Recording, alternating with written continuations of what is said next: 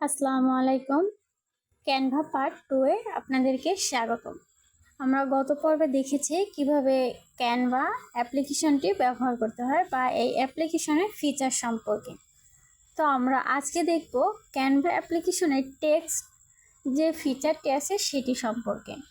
Text ফিচারে যত ধরনের animation, effect বা আদার যা যা আছে আজকে আমরা সেটি দেখব। তো তার জন্য প্রথমে একটি ব্ল্যাঙ্ক পেজ অবশ্যই চুজ করে নিতে হবে। তো সেজন্য আপনি একদম ক্যানভাতে চলে যাবেন। দেন ক্যানভাতে আসার পরে এখান থেকে আপনি একটি ব্ল্যাঙ্ক পেজও নিতে পারেন। তো আমি এখান থেকে একটি থাম্বনেল নিয়েছি। তো যেহেতু আমি টেক্সটের কাজ করব বা আপনাদেরকে দেখাবো, তার জন্য অবশ্যই যে এলিমেন্টসগুলো আছে বা যে ডিজাইনটি আছে সেটি আগে রিমুভ করে নিতে হবে। তো তার জন্য আমি ডিজাইনের উপরে ধরে আমি যেগুলো রিমুভ করবো ওটার উপরে ক্লিক করলেই ডিলিট অপশন চলে আসবে। দেন টেক্সটে যাতে ফুটে ওঠে সেজন্য আমরা ব্যাকগ্রাউন্ড কালারটি হোয়াইট করে নিয়েছি।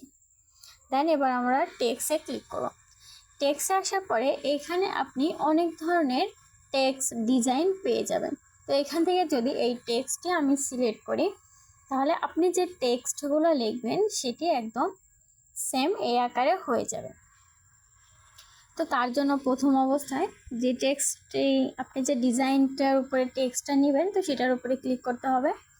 দেন ক্লিক করার পরে আমি এই টেক্সটটিকে রিমুভ করে আমি যে টেক্সটটি লিখব বা আপনারা যে টেক্সটটি লিখতে চাচ্ছেন সেটি এখানে লিখে নেবেন।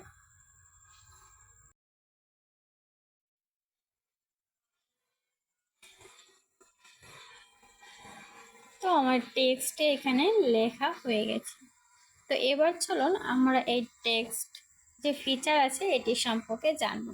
দেন প্রথমেই যদি আমি এডিট অপশনে ক্লিক করি তো আমাকে এরকম একটি পেজে নিয়ে আসবে।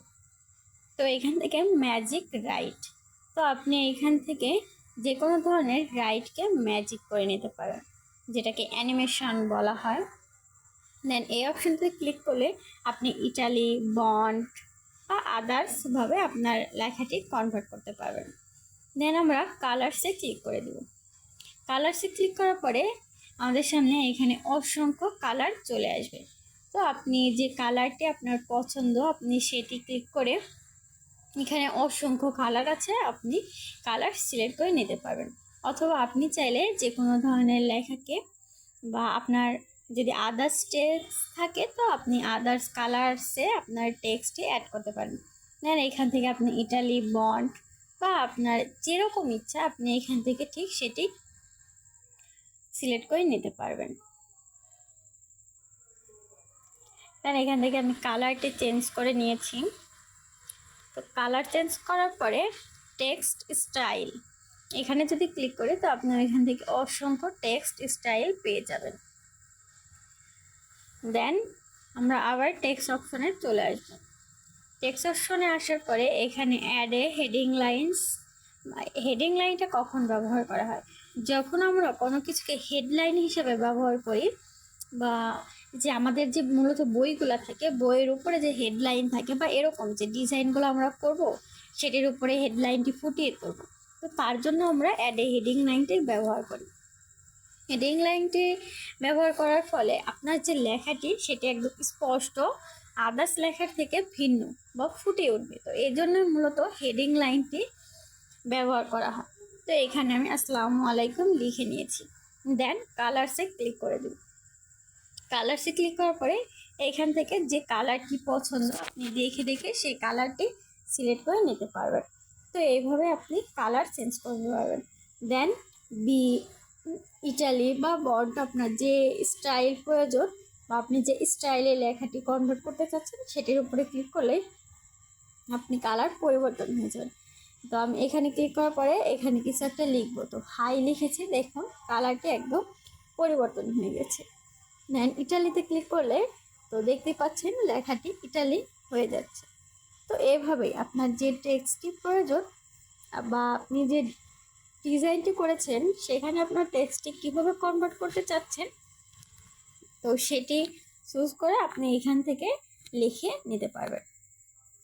দেন এখান থেকে যদি ফন্টে ক্লিক করি এখানে আপনি অসংখ্য ফন্টও পেয়ে যাবেন। আপনি যে ফন্টে লেখাটি শিফট করতে চান এখানে দেখে সেটি ক্লিক করে নিতে পারবেন।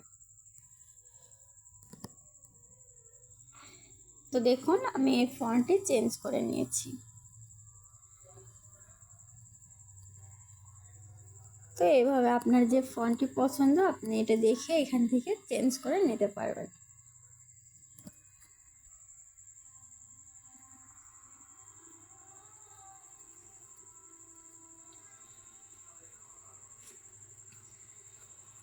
এই অপশনটাতে ক্লিক করলেও আপনি অনেক ধরনের ক্যানভাস সাইজ পেয়ে যাবেন বা লেখার সাইজটা পেয়ে যাবেন।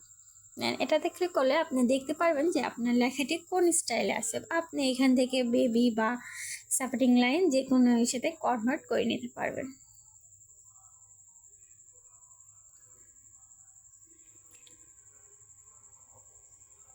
তো আমরা যদি এই অপশনটাতে ক্লিক করি তাহলে আপনার যে লেখাটি আছে এটির স্পেস কমিয়ে বা বাড়িয়ে নিতে পারবেন, অথবা লেখাটি আপনি চাইলে এক লাইনেও কনভার্ট করতে পারবেন। তো তার জন্য অবশ্যই এই অপশনে ক্লিক করতে হবে।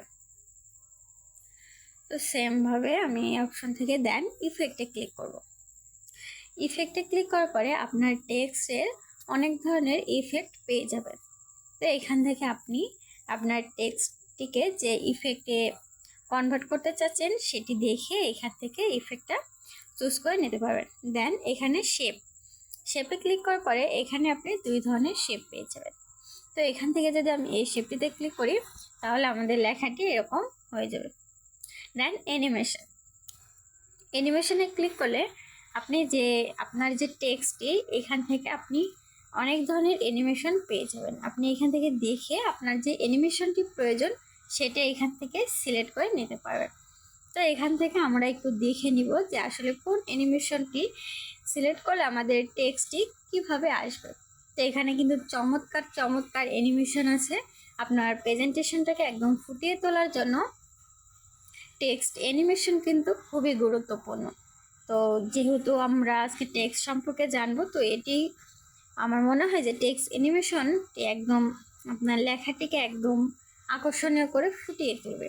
তো তার জন্য আমরা এই টেক্সট অ্যানিমেশনে ক্লিক করে দেবো।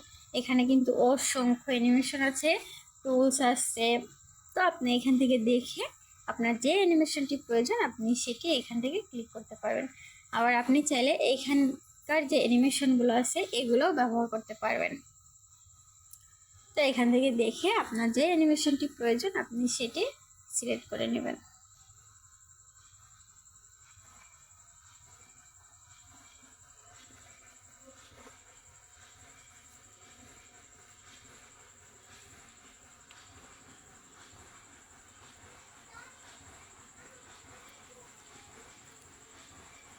দেন এই অপশনটাতে ক্লিক করলে আপনার লেখাটিকে আপনি হালকা বা ডিপ করে নিতে পারবেন। দেন আমরা যদি লেয়ার্সে ক্লিক করি তো এখানে দেখতে পাচ্ছেন যে আমাদের যে লেয়ারটি আছে এটি ছোট বড় বা আদার্স লেয়ারে কনভার্ট হচ্ছে। দেন ব্যাকগ্রাউন্ডে ক্লিক করলে আপনি এখানে দেখতে পাচ্ছেন কমেন্ট, অ্যাড পেজ, নোটস বা আদার্স ফিচার আছে। তো এখান থেকে যদি আপনি চান যে আপনি কাউকে মেনশন করতে চান অথবা কমেন্ট সেকশন আকারে কোনো কিছু কনভার্ট করতে চান তো আপনি এইখান থেকে সেটি করে নিতে পারবেন, অথবা আপনি কোনো নোটস অ্যাড করতে চাইলে এখানে অ্যাড করতে পারেন।